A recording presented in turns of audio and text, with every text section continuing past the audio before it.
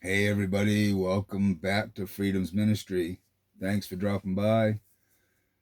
Continue reading The Blessing of Adversity, Finding Your God-Given Purpose in Life's Troubles by Chaplain of the United States Senate Barry C. Black.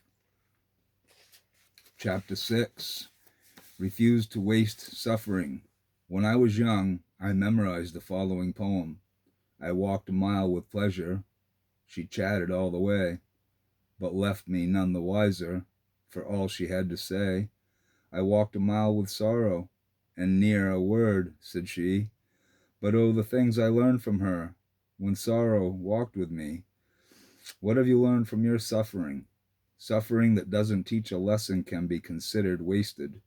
If you go through a painful experience and learn nothing, you're very likely to repeat that painful encounter. What does it mean to be brokenhearted? It means to be overcome by grief or despair, like Adam and Eve were after their son Cain killed his brother Abel, Genesis 4. It's what Jacob experienced when he mistakenly thought that his son Joseph had been killed by a wild beast, Genesis 37. Jesus was overwhelmed with grief after the death of his friend Lazarus, John 11:35. Life's seasons inevitably bring brokenheartedness. Have you experienced the brokenness of suffering? Have you seen bends in life's road that were placed there by God to bless you? Have you known experiences that have irritated and hurt you, but made you better?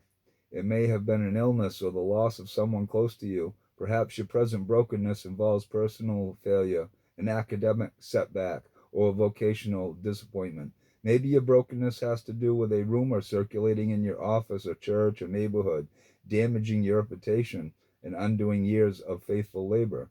It may be that your suffering comes from anxiety about physical symptoms that your physician doesn't even know about. Whatever the source, don't waste your sufferings. Why should we not waste our sufferings? Primarily because they have the power to purge us of impurities. Joseph's brothers experienced such a purging in Genesis 37 to 50. In their early days, they felt homicidal jealousy toward Joseph and eventually sold him to slavery.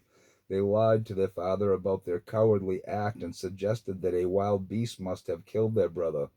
As the years came and went, Joseph's brothers suffered from the guilt of their evil deed until they finally reached a point at which they were purged of their jealousy and covetousness. Because of the pain and guilt of privation, they developed such ethical maturity that they were willing to sacrifice for one another. Suffering purged them of their moral impurities.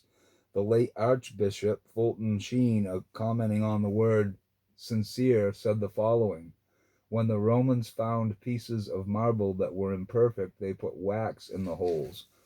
Wax in Latin is cera, C-E-R-A.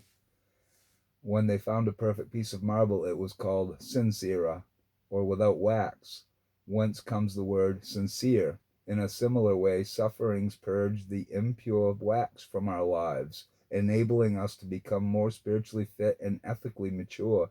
James 1, 2 through 4 expresses this idea. Consider it pure joy, my brother, whenever you face trials of many kinds, because you know that the testing of your faith develops perseverance. Perseverance must finish its work so that you may be mature and complete, not lacking in anything. In this passage, the Greek word for resting is dokimaion,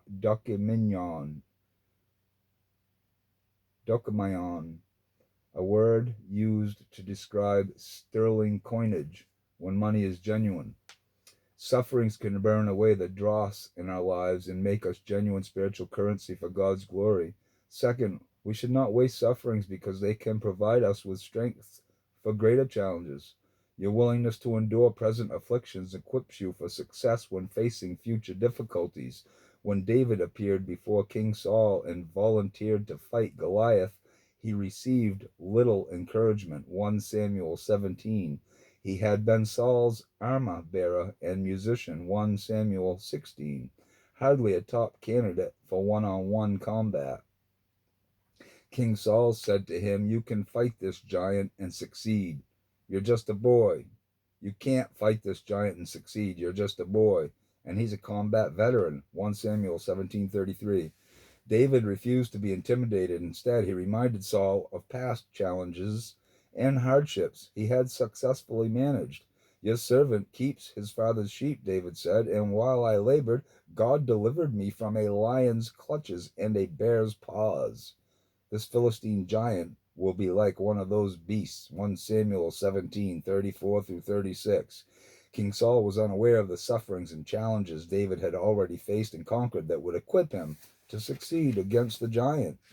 Very good example for us. One old hymn puts it this way: yield not to temptation, for yielding is sin. Each victory will help you some other to win. That's so true. As we persevere through our current testing, we're being strengthened for future challenges.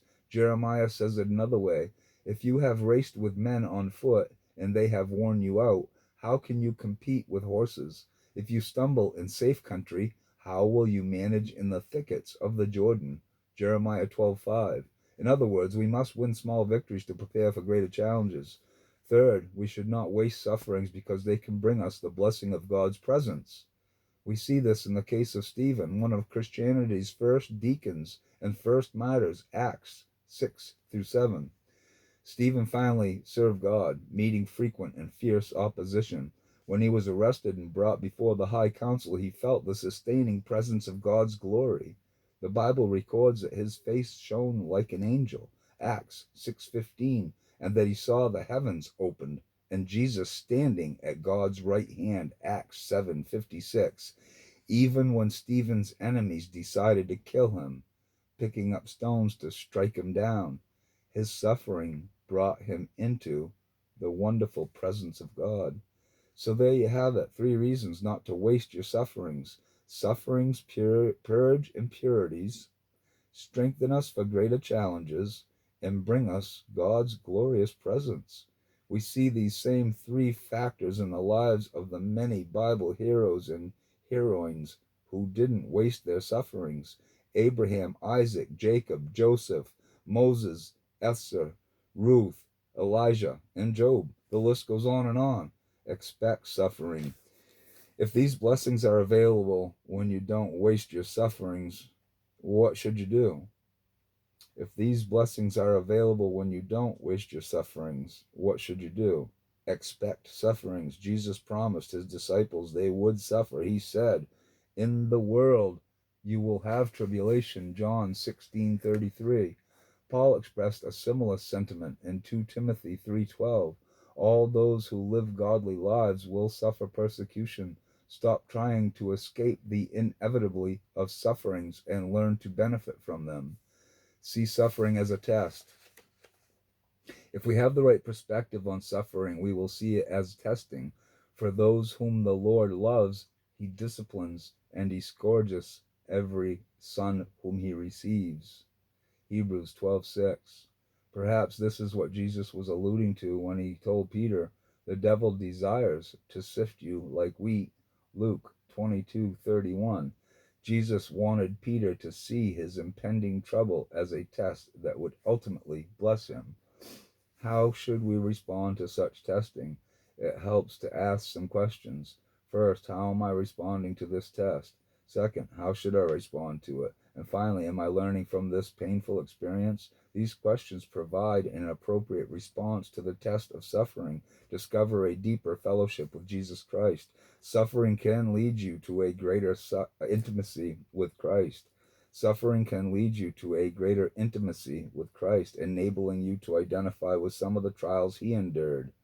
Have you ever been betrayed? So was Jesus. Have you ever been stripped of your dignity? So was Jesus.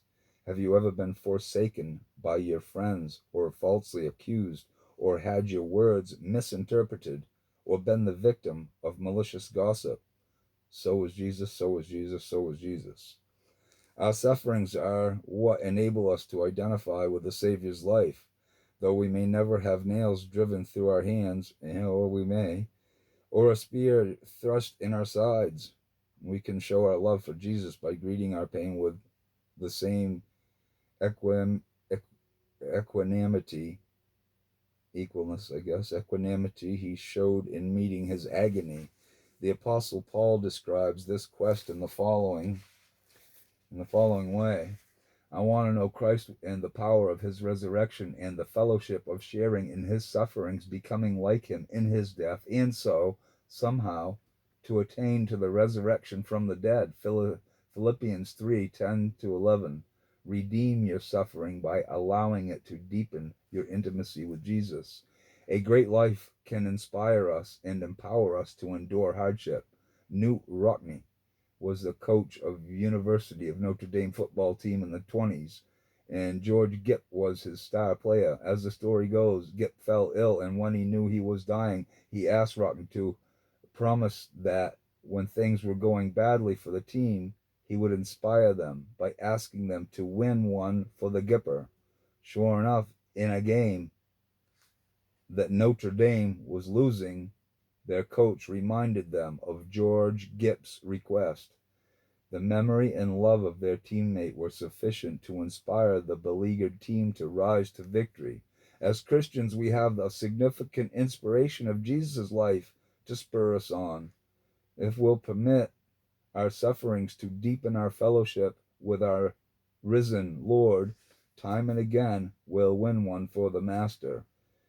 In As You Like It, Shakespeare observes, in As You Like It, Shakespeare observes, sweet are the uses of adversity, which, like the toad, ugly and venomous, wears yet a precious jewel in his head, and this our life, exempt from public haunt, finds tongues in trees, books in the running brooks, sermons in stones, and good in everything. Those who waste their sufferings rarely smell the perfume of adversity that enables them to uncover the good in everything. They miss opportunities to experience the joy of Paul's declaration. In everything, God is working for the good of those who love him and are called according to his purposes. Romans 8:28. An action plan to help you refuse to waste suffering. Number 1, expect suffering. Number 2, see suffering as a test. Number 3, discover a deeper fellowship with Jesus Christ. Thank you all for listening. I hope that this reading has blessed you in some way. I know that this book has definitely blessed my life. God bless you, Barry C. Black. Thank you for this book. I hope you are blessing people in the White House, in your job, as you've blessed many with this book. Thank you all for listening. Please like, share, and subscribe to help support this ministry. And if you can possibly help, please donate. There's links in the description below to further this ministry, a little equipment, and we plan on going on the road as soon as possible, as soon as we are able to, according to money and things that we have to get done in the meantime. Won't be long, though. Keep coming back. I love you.